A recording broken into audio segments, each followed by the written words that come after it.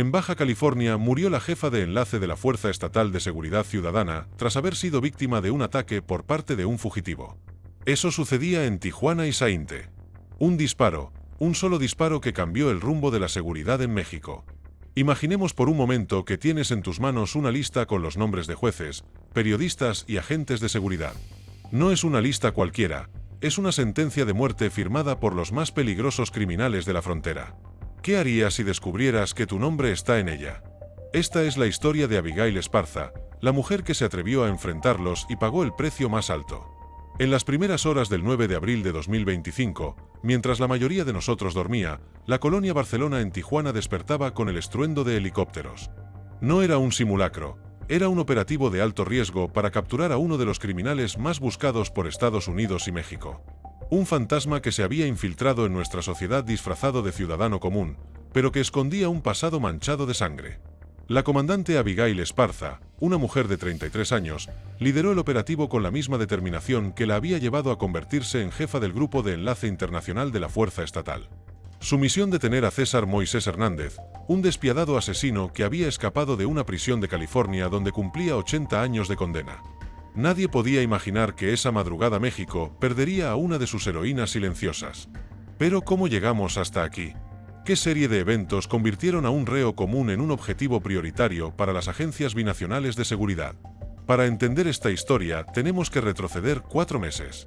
El 2 de diciembre de 2024, César Moisés Hernández, durante un traslado judicial en Delano, California, logró burlar a sus custodios y desaparecer. No era un criminal cualquiera. Sentenciado por homicidio en primer grado, representaba lo más peligroso del sistema penitenciario estadounidense. Usando documentos falsos y una extensa red de contactos, cruzó la frontera hacia México y se instaló en Baja California, donde adoptó la identidad de Mario Esteban Ríos. Durante meses, este depredador se movió libremente entre nosotros. Cabello teñido, barba larga, peso alterado, pero la mirada seguía siendo la misma. Calculadora, fría, letal. Las autoridades mexicanas tardaron semanas en conectar los puntos. Movimientos bancarios sospechosos, compras de municiones en Ensenada y, finalmente, un recibo de agua que lo ubicaba en una propiedad de Tijuana. Pero para entender mejor quién era este peligroso fugitivo, debemos examinar su pasado. César Moisés Hernández no siempre fue un asesino. Nacido en Los Ángeles en una familia de inmigrantes, su expediente muestra que fue un estudiante promedio hasta los 16 años, cuando su primer arresto por posesión de drogas marcó el inicio de su carrera criminal. A los 20, ya estaba involucrado con una de las pandillas más violentas del sur de California. Su primer homicidio ocurrió en 2019, cuando ejecutó a sangre fría a un testigo que iba a declarar en su contra en un caso de tráfico de armas. La brutalidad del crimen conmocionó incluso a los detectives más experimentados. 3 disparos a quemarropa frente a la esposa e hijos de la víctima. Este acto le valió su condena de 80 años, pero también le ganó respeto dentro de las estructuras criminales que operan en ambos lados de la frontera. Durante su estancia en prisión, César no se rehabilitó, se perfeccionó, estableció contactos con cárteles mexicanos, aprendió tácticas de evasión y cultivó relaciones con guardias corruptos. Esta red de complicidades sería crucial para su fuga, considerada una de las más sofisticadas en la historia reciente del sistema penitenciario californiano. Aquella fatídica mañana del 9 de abril, Abigail y su equipo llegaron al fraccionamiento Barcelona Residencial. El reloj marcaba las 5:47 cuando desplegaron el operativo. Los agentes avanzaron siguiendo un plan meticulosamente diseñado. A las 5:49 la situación cambió drásticamente. Desde la ventana del segundo piso, César Moisés abrió fuego contra los agentes. Un proyectil atravesó el chaleco balístico de Abigail por debajo del brazo, impactando en su jugular. En cuestión de segundos, la comandante cayó al suelo. Sus compañeros reaccionaron de inmediato. Código rojo, evacuación inmediata. La ambulancia llegó en 6 minutos y Abigail fue trasladada al Hospital General de Tijuana donde, tras 2 horas de esfuerzos médicos, fue declarada muerta a las 7:50 de la mañana. ¿Pero quién era realmente Abigail Esparza? No era solo una agente más. Nacida en una familia humilde de Ensenada, desde pequeña soñó con unirse a las fuerzas de seguridad, inspirada por su padre, un oficial de policía municipal asesinado durante una redada contra el narcotráfico, cuando ella tenía apenas 12 años. Este trauma, en lugar de alejarla del peligro, la impulsó hacia él con una determinación inquebrantable. A los 21 años, Abigail ingresó a la academia policial, donde rápidamente destacó por su inteligencia táctica y condición física superior. Graduada con honores, fue asignada inicialmente a labores de vigilancia fronteriza, donde su capacidad para identificar patrones de comportamiento sospechoso llamó la atención de sus superiores. A los 25 años ya lideraba operativos contra el tráfico de personas. A los 28 fue ascendida al Grupo de Enlace Internacional, una unidad de élite que colabora directamente con agencias estadounidenses para la captura de fugitivos. Sus compañeros la llamaban la incorruptible por haber rechazado múltiples sobornos y amenazas a lo largo de su carrera. Su última promoción, a los 32 años, la convirtió en la mujer más joven en dirigir el Grupo de Enlace Internacional, una posición que tradicionalmente había sido ocupada por hombres con décadas de experiencia. Bajo su liderazgo, la unidad logró la captura de 400 objetivos de alto valor en tan solo 8 años, incluyendo asesinos, narcotraficantes y pedófilos que se escondían en territorio mexicano. Detrás del uniforme, Abigail era madre soltera de una niña de 7 años. Su matrimonio con otro agente había terminado 3 años atrás, cuando él decidió abandonar la fuerza policial tras sufrir estrés postraumático después de un tiroteo. Abigail siempre decía que entendía a ambos mundos la necesidad de proteger a su hija y la responsabilidad de proteger a su comunidad. La mañana de su muerte, como siempre, había besado a su pequeña antes de salir, prometiendo que estaría de vuelta para el desayuno, una promesa que el destino no le permitiría cumplir. Mientras los médicos luchaban por salvar a Abigail, algo impensable ocurría en el fraccionamiento Barcelona. A pesar del impresionante despliegue policial, cientos de agentes, drones, helicóptero César Moisés Hernández, lograba lo imposible, escapar del cerco de seguridad. Las cámaras de vigilancia captaron algo que parece sacado de una película de Hollywood. El fugitivo corría desnudo entre los techos de las casas, ocultándose bajo una lona que cubría un automóvil estacionado, cambiándose de ropa y saliendo vestido como trabajador de limpieza. A plena luz del día, frente a las narices de los agentes, el asesino caminaba tranquilamente fuera del área acordonada. Esta fuga generó un escándalo sin precedentes en las corporaciones de seguridad. ¿Cómo era posible que un solo hombre burlara a más de 300 elementos entrenados? Las primeras investigaciones apuntaron a fallas graves en el protocolo, falta de comunicación entre unidades, insuficiente reconocimiento previo del terreno y, lo más preocupante, indicios de filtración de información. El general Laureano Carrillo Rodríguez, secretario de Seguridad de Baja California, reconoció públicamente que hubo errores operativos. Detectamos que había menos elementos de los necesarios para un operativo de esta magnitud y una mala reacción al no neutralizar al objetivo, declaró en conferencia de prensa. Esta admisión sin precedentes sacudió la confianza pública en las instituciones de seguridad y provocó una ola de indignación en redes sociales. La noticia del asesinato de Abigail Esparza recorrió el país como un relámpago. Las redes sociales estallaron y su nombre se convirtió en símbolo. No era solo una baja, era un recordatorio brutal de lo vulnerables que seguimos siendo frente a la violencia organizada. La gobernadora de Baja California, Marina del Pilar Ávila, expresó su pesar y prometió que el crimen no quedaría impune. El presidente guardó un minuto de silencio en su conferencia matutina. La Embajada de Estados Unidos en México también se pronunció sobre el asesinato. Esparza era una líder dedicada a combatir el crimen en Baja California, destacaron en un comunicado oficial. El terrible asesinato de la comandante Abigail Esparza Reyes es testimonio de la gravedad de los problemas de seguridad que enfrentan México y Estados Unidos. Será recordada como una verdadera heroína que fue asesinada mientras apoyaba valientemente los esfuerzos binacionales para mantener la seguridad de nuestros países. Pero fue Omar García Harfuch, secretario de Seguridad y Protección Ciudadana, quien tomó el caso como una afrenta personal. La noche del 10 de abril, contactó directamente al fiscal regional de Baja California. Su mensaje fue claro y directo. Vamos por él, lo quiero vivo. Esta vez no hay margen de error. Harfuch no era un funcionario común. Desde su nombramiento como titular de la SSPC, el 1 de octubre de 2024 por la presidenta Claudia Sheinbaum, había transformado radicalmente la estrategia de seguridad nacional, priorizando la inteligencia sobre la fuerza bruta. Su historial incluía la captura de objetivos de alto valor como José Canobio Insunza, El Güero y Kevin Alonso, el 200, además de coordinar la detención de exgobernadores acusados de corrupción y narcotráfico. Su reputación se había forjado durante su gestión como secretario de Seguridad Ciudadana en la Ciudad de México, donde logró reducir los homicidios en un 30% y desarticuló a grupos criminales como la Unión Tepito.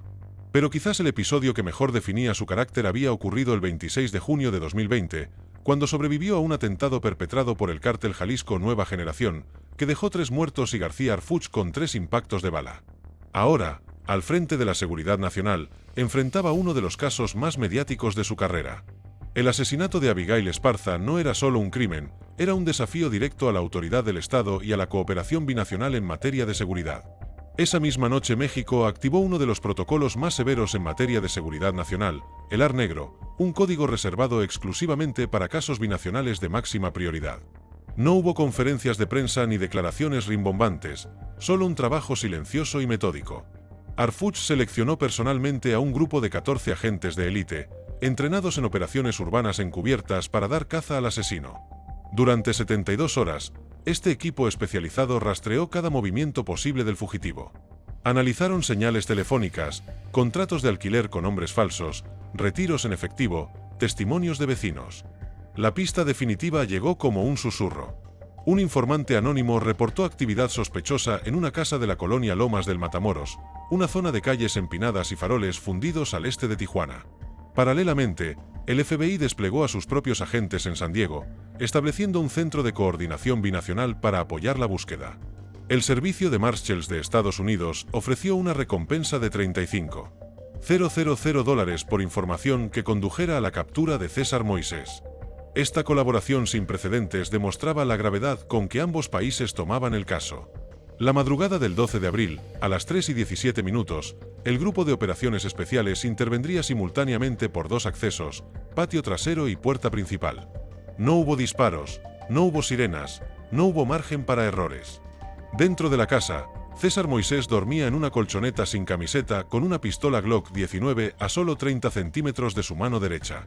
Los agentes lo sometieron en menos de 120 segundos. El hombre no opuso resistencia, no habló, no mostró remordimiento. Según testigos, solo miró a sus captores con una mezcla de sorpresa y resignación, como si llevara esperando ese momento desde que apretó el gatillo contra Abigail. A diferencia del fallido operativo anterior, este fue ejecutado con precisión quirúrgica. Ningún medio fue alertado hasta después de la captura. Ninguna información se filtró. La casa había sido vigilada durante 28 horas continuas antes del asalto, utilizando tecnología de vanguardia como sensores térmicos y drones con cámaras infrarrojas para confirmar la presencia del objetivo.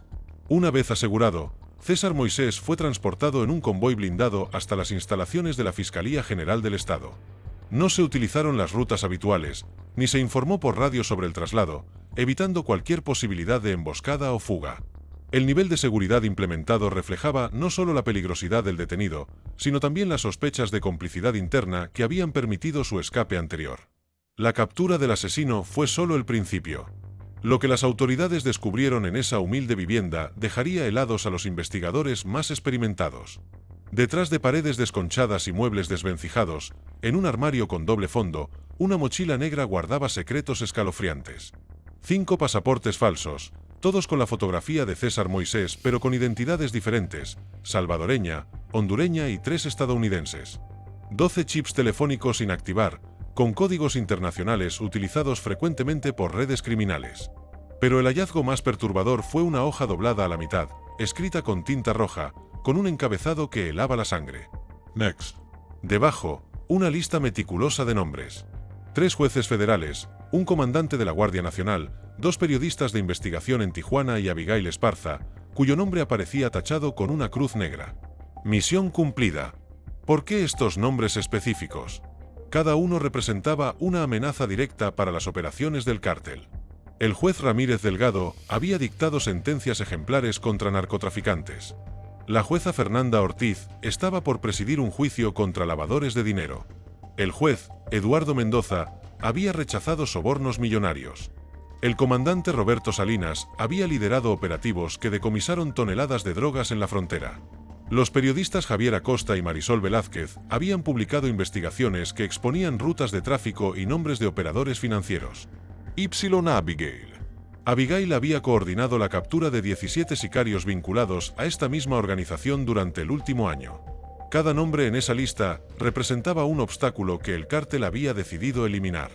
Junto a esta lista macabra, 2 libretas con datos precisos sobre cada objetivo.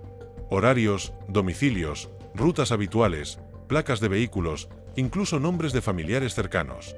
Las víctimas no eran seleccionadas al azar. Eran estudiadas, acechadas y marcadas. En un compartimento oculto en el sanitario, los agentes encontraron una memoria USB que contenía 14 grabaciones de audio. En ellas, César mantenía conversaciones con un hombre de acento texano que daba instrucciones precisas sobre cada asesinato. Cada objetivo debe parecer un crimen pasional o un asalto. Nunca repetición, nunca rastro. Si fallas, hay reemplazo. El análisis forense de estas grabaciones reveló algo aún más inquietante. La voz del hombre texano correspondía a Vincent Miller, un exagente de la DEA que había sido dado de baja en 2022 por sospechas de corrupción, pero nunca procesado por falta de pruebas. Su conocimiento de los protocolos de seguridad y sus contactos dentro de las agencias estadounidenses lo convertían en un activo invaluable para cualquier organización criminal. Las fechas de las grabaciones indicaban que Miller llevaba al menos 18 meses coordinando asesinatos selectivos en ambos lados de la frontera. Las grabaciones fueron enviadas inmediatamente a la Unidad de Ciberinteligencia en Ciudad de México. El análisis preliminar confirmó lo que muchos temían. No estábamos frente a un lobo solitario, sino ante una verdadera red transnacional de sicarios operando desde ambos lados de la frontera. Las armas, el dinero, los documentos falsos, incluso los puntos de extracción estaban organizados por una célula de apoyo con conexiones en San Diego, Phoenix y Nuevo Laredo. Pero lo más alarmante era la evidencia de protección institucional. Correos electrónicos, transferencias criptográficas y nombres de funcionarios que aparecían en comunicaciones cifradas. Entre ellos destacaba el de Fernando Montiel, subdirector de operaciones aduanales en Tijuana, quien habría facilitado el ingreso de César Moisés a México. También apareció el nombre de Alberto Salgado, exagente de la Fiscalía General de Baja California, actualmente asignado a la escolta personal de un empresario local con presuntos vínculos con el lavado de dinero. César Moisés no era el ejecutor final. Era apenas un eslabón en una cadena mucho más compleja y siniestra. Un sistema diseñado para garantizar que si un asesino fallaba o era capturado, siempre habría un reemplazo listo para continuar con la lista. Cuando Harfuch recibió el informe completo, se quedó en silencio durante varios minutos. Finalmente pronunció una frase que resumía la gravedad del descubrimiento. Esto no es un caso, es un sistema. Los días siguientes revelaron una verdad aún más incómoda. Abigail Esparza no había sido elegida al azar. Su nombre apareció en esa lista porque estaba investigando un flujo ilegal de armas hacia Sonora, conectado con funcionarios corruptos y contrabandistas que utilizaban empresas fachada para mover millones de dólares a través de la frontera. Su muerte no fue solo un crimen. Fue un mensaje, una advertencia para cualquiera que intentara interrumpir el flujo del negocio criminal. La última investigación que Abigail había iniciado se centraba en una red de tráfico de armas de asalto que ingresaban a México por puntos ciegos de la frontera. Sus notas recuperadas de su computadora personal mencionaban una empresa transportista llamada Logistic Solutions, aparentemente legítima, pero que servía como fachada para el movimiento de armas. El detalle crucial: esta empresa había obtenido contratos gubernamentales en los últimos 6 meses, lo que le permitía mover mercancía con menos inspecciones. Abigail había comenzado a tirar del hilo, identificando a los verdaderos dueños de la empresa. Presta nombres vinculados a un empresario prominente de Tijuana, con conexiones políticas en ambos lados de la frontera. La semana anterior a su muerte, había solicitado órdenes de cateo para 3 bodegas pertenecientes a esta empresa. Nunca llegó a ejecutarlas. El 17 de abril, una semana después del asesinato, César Moisés Hernández fue ingresado al Centro Federal de Readaptación Social número 1, El Altiplano, en Almoloya de Juárez. Cadenas en tobillos, chaleco antibalas, custodia doble. No hubo cámaras, no hubo declaraciones. Solo el silencio pesado de la justicia en movimiento. Una vez en el penal, fue sometido a un régimen especial de máxima seguridad, aislado en una celda individual de 3 por 4 metros con vigilancia las 24 horas y sin contacto con otros reclusos. Sus comidas eran revisadas por 3 personas diferentes antes de llegar a él. Sus guardias rotaban cada 8 horas para evitar familiaridad y todas sus comunicaciones eran monitoreadas en tiempo real. El protocolo implementado para César Moisés era similar al utilizado para Joaquín, el Chapo Guzmán tras su recaptura, reflejo del temor de las autoridades a un posible rescate o suicidio. Los interrogatorios comenzaron inmediatamente. Fiscales federales, agentes de inteligencia e incluso representantes del FBI, autorizados como observadores, participaron en las sesiones. Al principio, César Moisés se mantuvo hermético, limitándose a confirmar su identidad. Sin embargo, cuando los investigadores comenzaron a reproducir las grabaciones encontradas en su casa, algo cambió en su comportamiento. La mención de Vincent Miller como su contacto directo provocó una reacción visible. César Moisés comprendió que las autoridades sabían más de lo que él pensaba. El gobierno de Estados Unidos envió una solicitud formal de extradición, argumentando que el fugitivo debía completar su condena original de 80 años por homicidio en primer grado, además de enfrentar cargos adicionales por evasión de prisión y otros delitos federales. La respuesta de México fue clara. Antes de cualquier extradición, César Moisés se enfrentaría a la justicia mexicana por el asesinato de Abigail Esparza. La Fiscalía General de la República presentó 3 cargos directos: homicidio calificado con agravantes por ataque a servidor público, conspiración criminal y portación de arma de uso exclusivo del ejército. La pena solicitada: prisión vitalicia sin derecho a libertad anticipada. Durante la audiencia inicial, César se mantuvo impávido. No negó los cargos, no pidió clemencia, no mostró arrepentimiento. Sus abogados intentaron alegar detención arbitraria y violación de derechos, pero las pruebas eran contundentes. ADN, huellas dactilares, el arma homicida con coincidencia balística y las grabaciones que lo vinculan directamente con la organización criminal. El juez dictó prisión preventiva oficiosa y programó una segunda audiencia para presentar el cuerpo completo de la acusación. En paralelo, un equipo de juristas mexicanos y estadounidenses comenzó a trabajar en un protocolo especial de extradición diferida que permitiría el juicio en México y posteriormente su entrega a Estados Unidos una vez que cumpliera sentencia. César Moisés fue clasificado como interno de nivel 5, con vigilancia las 24 horas, celda individual y restricción absoluta de comunicación externa. La pregunta que todos se hacían era: ¿qué más sabía César? ¿A cuántas personas protegía esta red? ¿Qué otros nombres de funcionarios seguían ocultos? En su tercera semana de detención, César Moisés finalmente accedió a colaborar con las autoridades a cambio de ciertas consideraciones en su eventual extradición. No buscaba reducción de sentencia y sabía que era imposible. Sin garantías de ser asignado a una prisión federal de mediana seguridad en Estados Unidos, lejos de los miembros del cártel que podrían verlo como una amenaza por su cooperación. Su testimonio abrió una caja de Pandora, identificó a 32 operadores financieros, 27 distribuidores de armas, 43 mulas que transportaban dinero en efectivo y, lo más impactante, 19 funcionarios públicos mexicanos y estadounidenses que facilitaban las operaciones del cártel. Nombres, fechas, cuentas bancarias, propiedades, rutas. César Moisés había sido meticuloso en guardar esta información como su seguro de vida.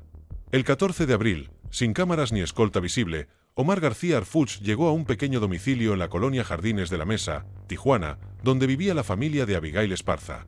Llevaba un sobresellado y el rostro marcado por noches sin sueño. Una mujer mayor, madre de Abigail, abrió la puerta. Sus ojos enrojecidos y su voz quebrada revelaban el dolor que ninguna justicia podría aliviar. No hubo discursos elaborados. Solo un abrazo largo y sentido. En el salón, sobre una mesa cubierta con tela blanca, las fotografías de Abigail en uniforme ocupaban el lugar de honor.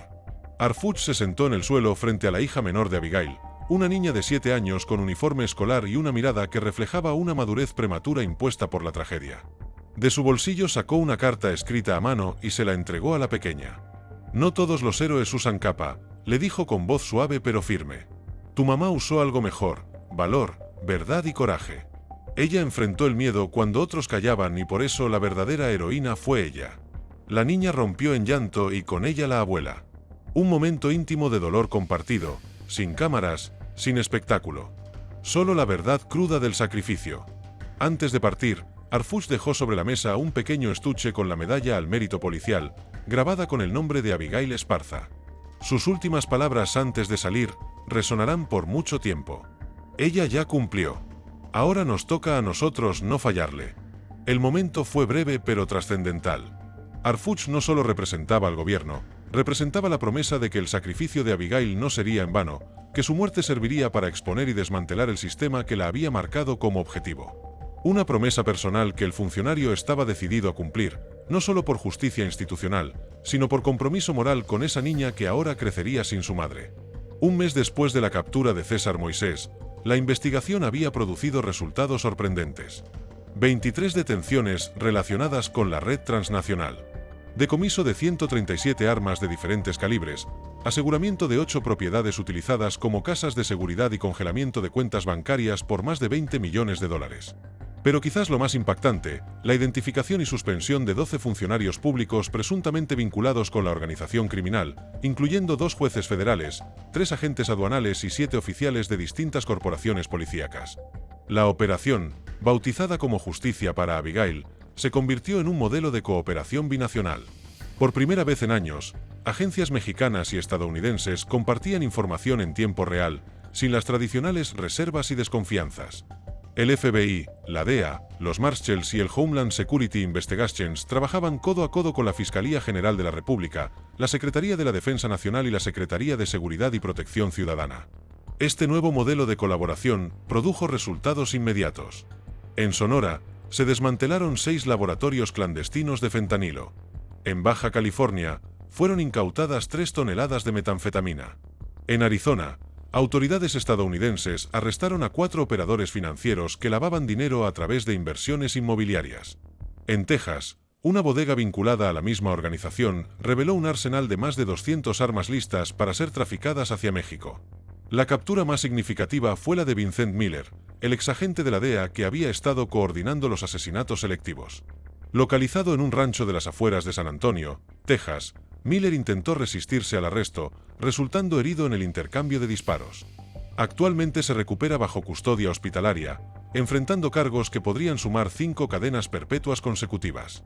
Pero estos éxitos operativos representan apenas la superficie del problema. La verdadera batalla se libra contra un sistema profundamente arraigado, donde la corrupción, la impunidad y la violencia forman un círculo vicioso que se alimenta a sí mismo. Un sistema donde quienes intentan romperlo, como Abigail Esparza, a menudo pagan con su vida. La historia de Abigail Esparza no terminó con una bala. Comenzó con una causa que trascendió su vida. Su sacrificio expuso las grietas de un sistema que permite que criminales como César, Moisés, Hernández se muevan libremente entre nosotros, protegidos por redes de complicidad que atraviesan fronteras e instituciones. El legado de Abigail Esparza no es solo su nombre en una estadística de agentes caídos en el cumplimiento del deber. Su historia ha inspirado cambios significativos en los protocolos de seguridad para operativos de alto riesgo. El protocolo Esparza, implementado a nivel nacional, establece nuevos estándares para la planificación, ejecución y seguimiento de operaciones contra objetivos de alta peligrosidad. Entre sus principales innovaciones, destacan la creación de unidades espejo de respaldo, sistemas de comunicación encriptados con respaldo satelital y equipos de planificación que incluyen especialistas en cartografía urbana y análisis psicológico del objetivo. Además, su caso ha provocado una revisión exhaustiva de los controles migratorios en la frontera norte. Un informe conjunto entre autoridades mexicanas y estadounidenses reveló que al menos 87 fugitivos peligrosos habían cruzado hacia México en el último año utilizando documentos falsos. Esta situación impulsó la implementación de nuevas tecnologías de reconocimiento facial y verificación biométrica en puntos fronterizos, además de la creación de una base de datos compartida en tiempo real entre ambos países. En el ámbito legislativo, el caso Esparza aceleró la aprobación de la Ley de Protección a Servidores Públicos en Situación de Riesgo, que establece medidas preventivas para funcionarios que, por la naturaleza de su trabajo, se convierten en objetivos potenciales del crimen organizado. Entre estas medidas se incluyen protocolos de seguridad personalizados, monitoreo constante de amenazas y apoyo psicológico tanto para ellos como para sus familias. Quizás el cambio más visible ha sido en la percepción pública. La historia de Abigail ha humanizado el rostro de las fuerzas de seguridad. Ya no se habla solo de un agente muerto en cumplimiento del deber. Ahora se habla de Abigail Esparza, la madre que no regresó a casa, la hija que cumplió su promesa de servir como su padre, la mujer que enfrentó un sistema diseñado para intimidar. En las escuelas de policía de todo el país, su caso se estudia no solo como un ejemplo de valentía, sino como una lección sobre la importancia de la integridad en un entorno donde la corrupción ofrece el camino fácil. Los cadetes ahora juran seguir el código Esparza, nunca comprometer la seguridad del equipo, nunca ceden de amenazas o sobornos, nunca olvidar que detrás del uniforme hay familias que esperan un regreso seguro. En Tijuana, donde la violencia relacionada con el narcotráfico ha cobrado miles de vidas en las últimas décadas, una pequeña plaza en la colonia Jardines de la Mesa ha sido rebautizada como Plaza Abigail Esparza. Un modesto monumento de bronce, la muestra no en pose heroica, sino agachada, hablando con una niña, representando lo que muchos consideraban su mayor fortaleza, la capacidad de conectar con la comunidad que protegía. México ha perdido a muchos héroes en esta guerra silenciosa contra el crimen organizado. Hombres y mujeres cuyos nombres rara vez ocupan los titulares, cuyas historias no se cuentan en televisión nacional, pero cuyo sacrificio sostiene la frágil línea entre la civilización y el caos. Abigail no murió como víctima, Cayó como trinchera viva, como frontera entre el miedo y la dignidad, y aunque su cuerpo ya no recorre las calles de Tijuana, su legado sigue patrullando este país, inspirando a quienes eligen el camino difícil de la justicia en un mundo donde la corrupción ofrece siempre el camino fácil. La captura del asesino de Abigail envía un mensaje claro: el crimen puede tener ventaja momentánea, pero la justicia tiene memoria larga, o como dijo Arfuch en una conferencia posterior, la sangre de los justos nunca cae en tierra estéril. Si estás viendo esto, comparte esta historia. Haz que el sacrificio de Abigail no se pierda en el mar de noticias efímeras. Deja tu comentario, suscríbete a nuestro canal y ayúdanos a mantener viva la memoria de quienes han dado su vida por un México más seguro. Porque recordar es resistir, y hoy más que nunca necesitamos recordar para no repetir los mismos errores. Justicia para Abigail, justicia para todos los caídos, justicia para México.